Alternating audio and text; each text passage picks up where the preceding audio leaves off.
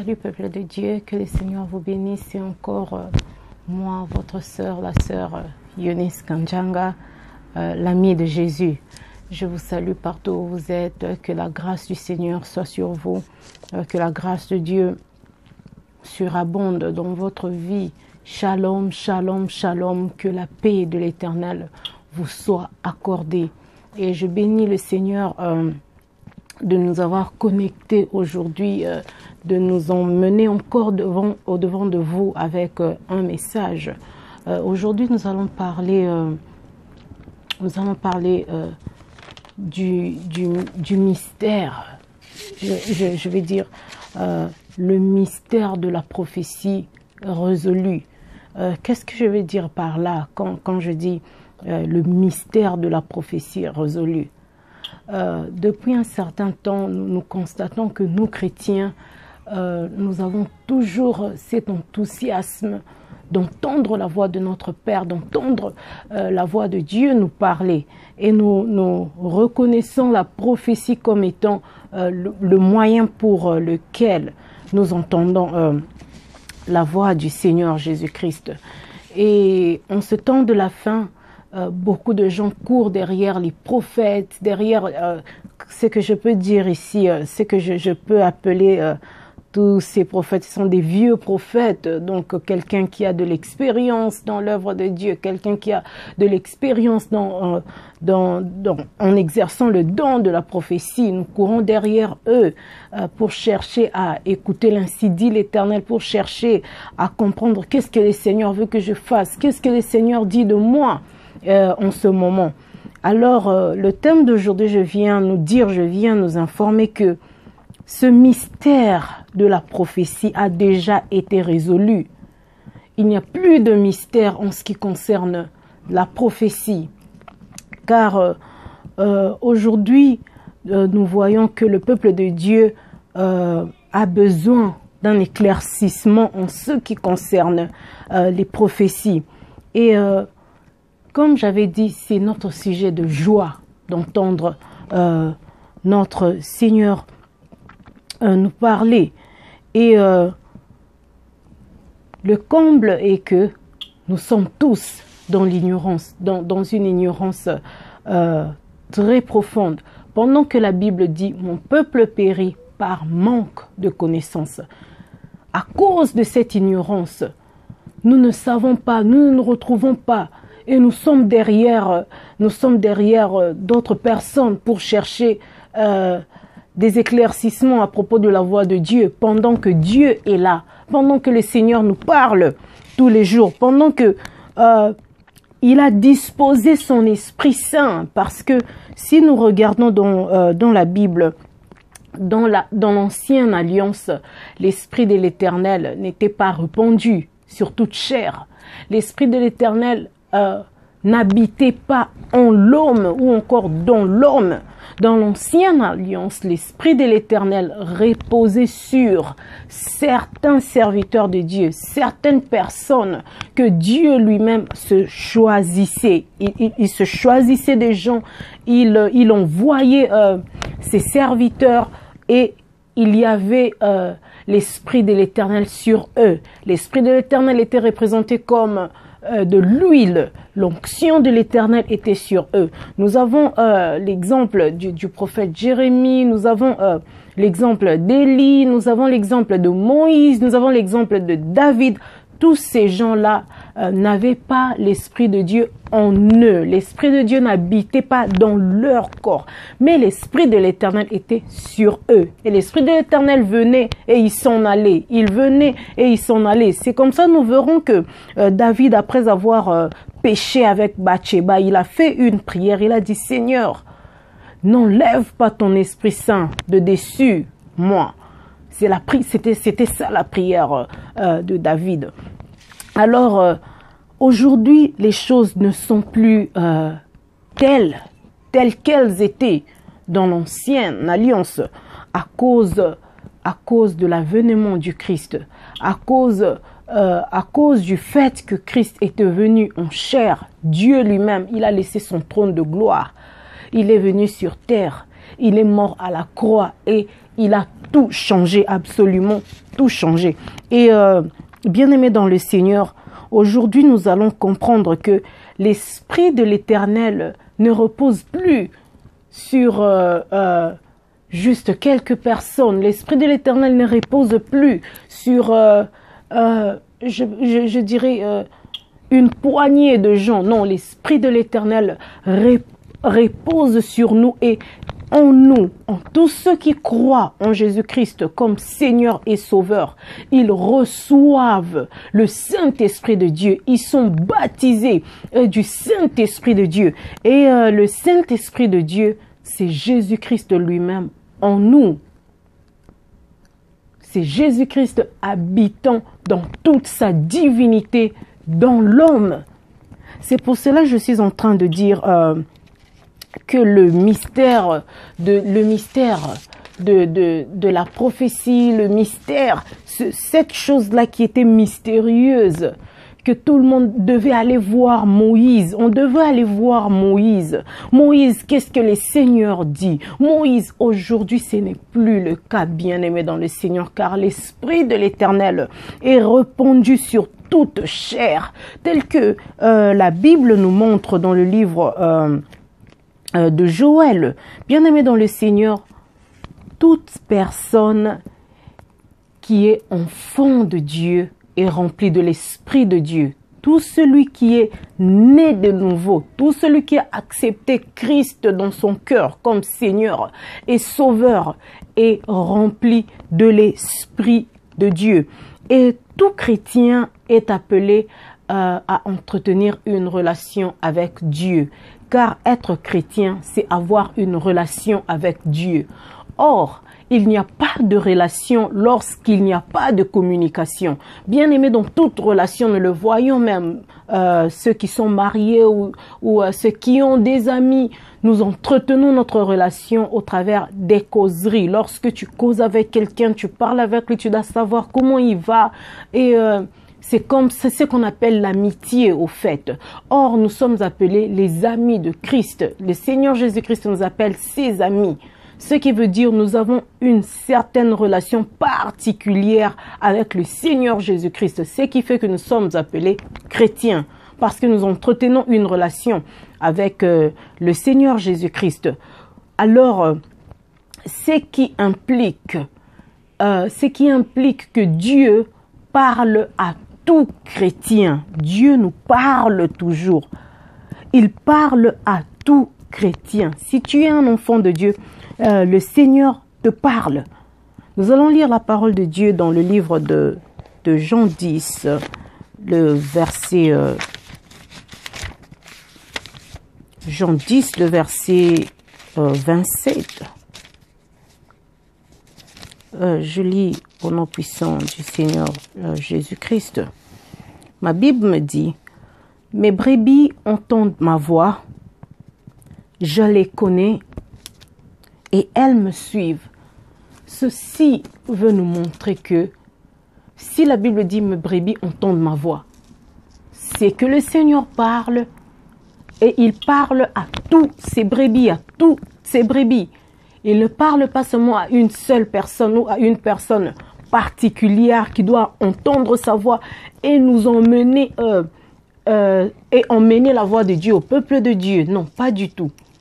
Le Seigneur parle à toutes ses brebis. Donc, si tu es enfant de Dieu, sache d'abord que le Seigneur te parle. À tout moment, il te parle.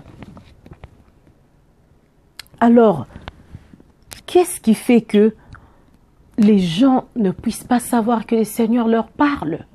Parce que le plus grand problème, c'est le problème de discerner la voix du Seigneur.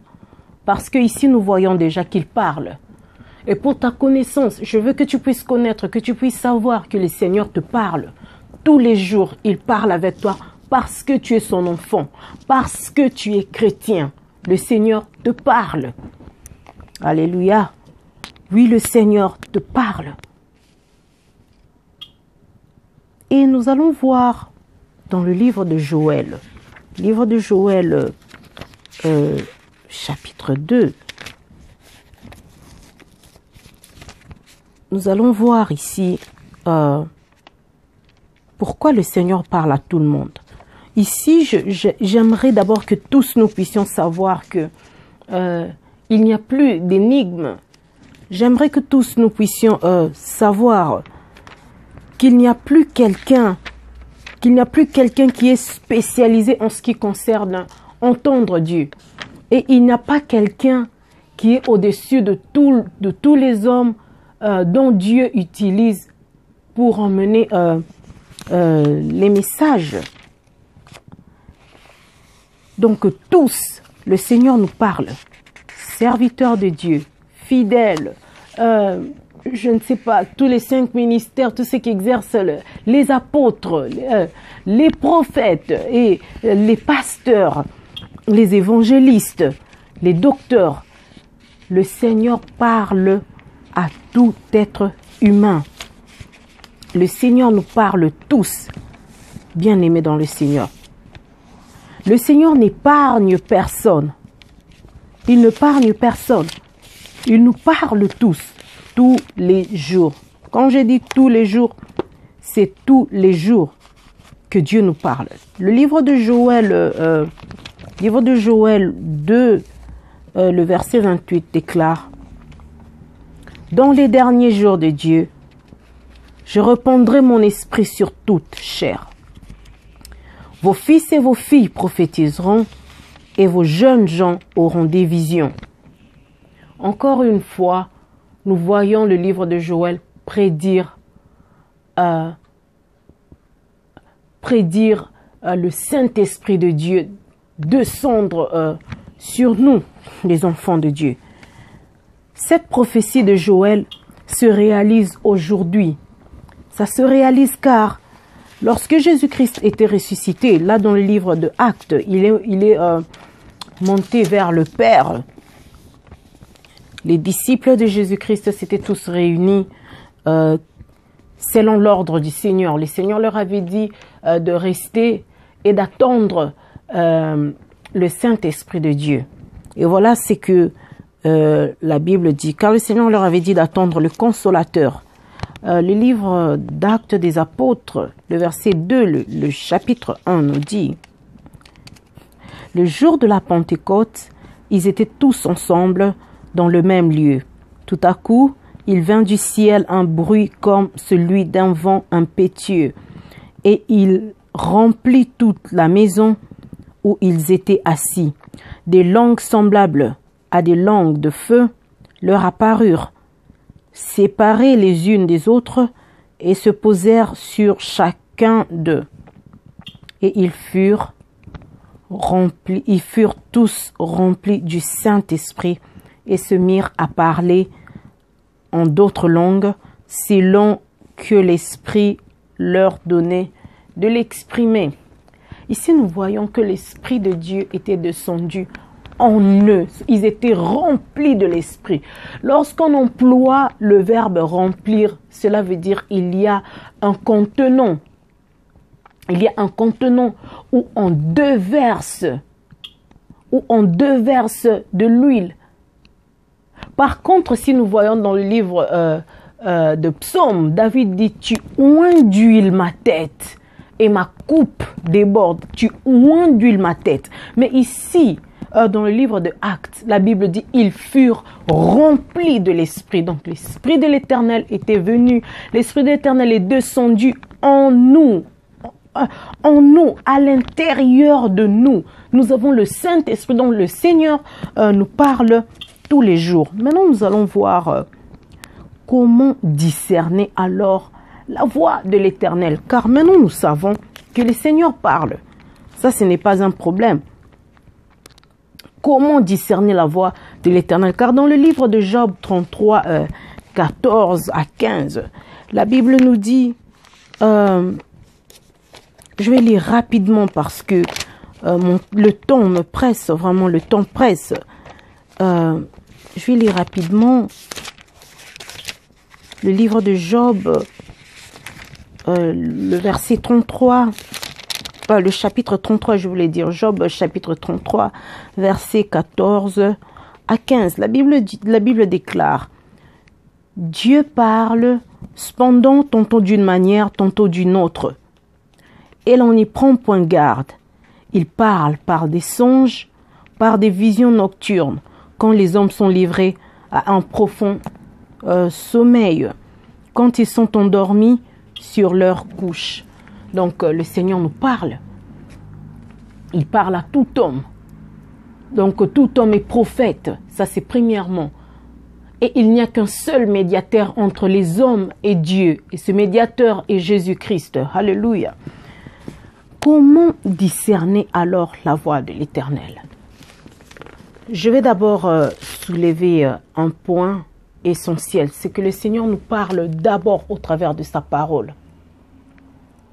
C'est pourquoi dans toutes mes messages, dans tous les messages que j'emmène au peuple de Dieu, dans tous les messages que je parle, je recommande à tous les enfants de Dieu de lire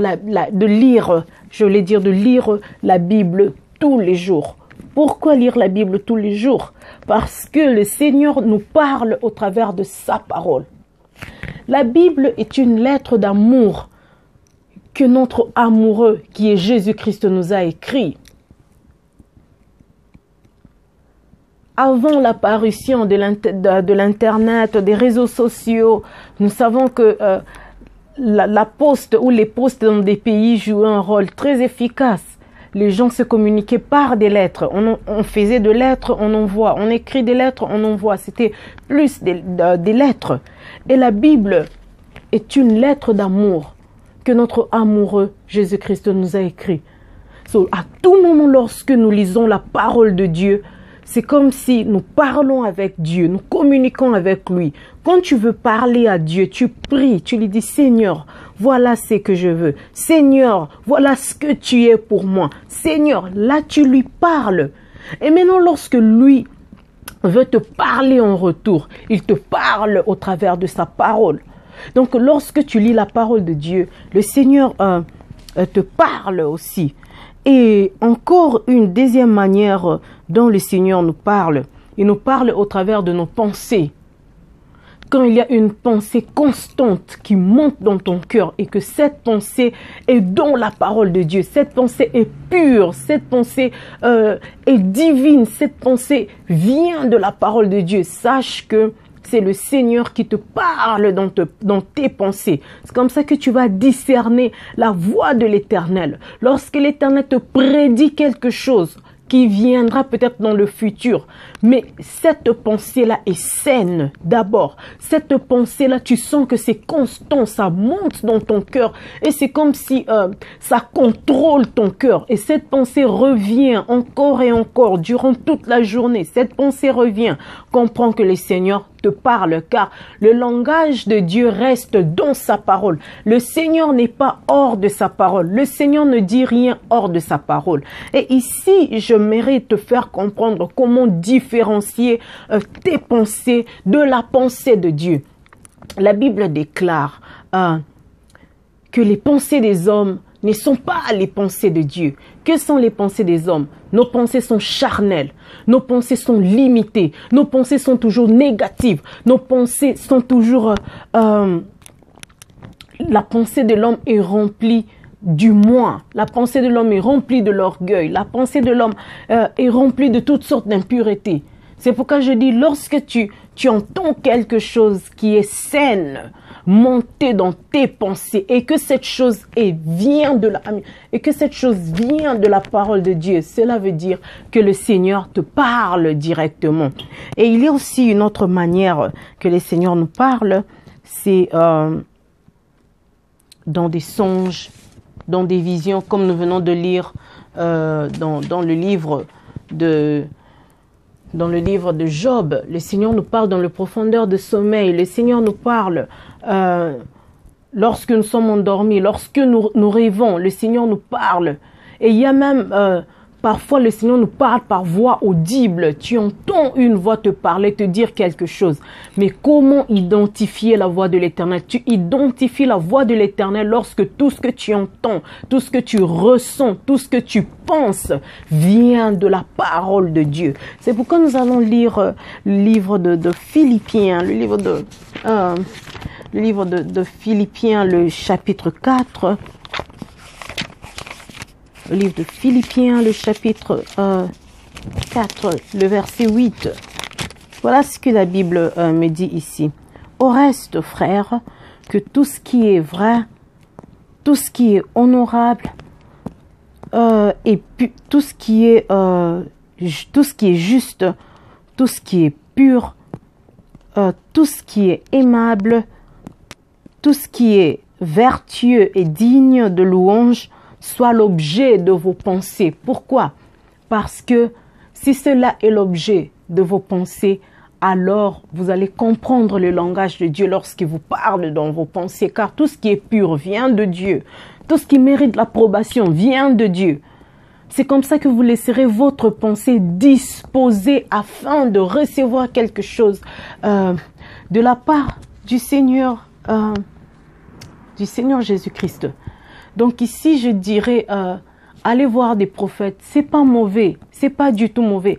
Mais nous devons aussi savoir, peuple de Dieu, que le Seigneur nous parle directement. Et lorsque nous allons peut-être voir des prophètes expérimentés, c'est peut-être pour demander ou encore pour avoir une précision. On sait que Dieu nous a dit, ou pour avoir une confirmation de ce que Dieu nous a dit. Mais si tu fais confiance en l'Éternel, tu n'auras pas besoin de ça. Car lorsque l'Éternel te parle et que tu ne comprends pas, tu vas retourner vers lui dans la prière. Tu vas dire, Seigneur, tu m'as dit ça, mais je n'ai pas compris ce que tu m'as dit. Seigneur, parle encore. Et le Seigneur aime ça, car plus tu lui demandes de parler, plus, bien-aimé dans le Seigneur, il continue à te révéler des choses en profondeur, comme il est écrit dans le livre de Jérémie 33:3. Invoque-moi, je te répondrai et je t'annoncerai des grandes choses, des choses cachées que tu ne connais pas, bien-aimé dans le Seigneur. Alléluia. Et pour conclure, je dirais, faisons confiance en l'Éternel. Donnons du temps. Disposons nos cœurs et évitons toujours d'attrister le Saint-Esprit. Car lorsque le Saint-Esprit de Dieu est attristé en nous, il nous devient pratiquement impossible d'entendre la voix de Dieu. Il devient très difficile de discerner la voix de Dieu. Car lorsque le Saint-Esprit de Dieu est étouffé ou lorsque le Saint-Esprit de Dieu est attristé, bien aimé dans le Seigneur, c'est très difficile. Que le Seigneur vous bénisse. Merci encore une fois, merci beaucoup. Soyez bénis au nom puissant du Seigneur Jésus-Christ et que la paix du Seigneur vous soit accordée au-delà de toute mesure. Nous reviendrons encore dans des prochaines vidéos pour parler de tout ce que le Seigneur va nous inspirer.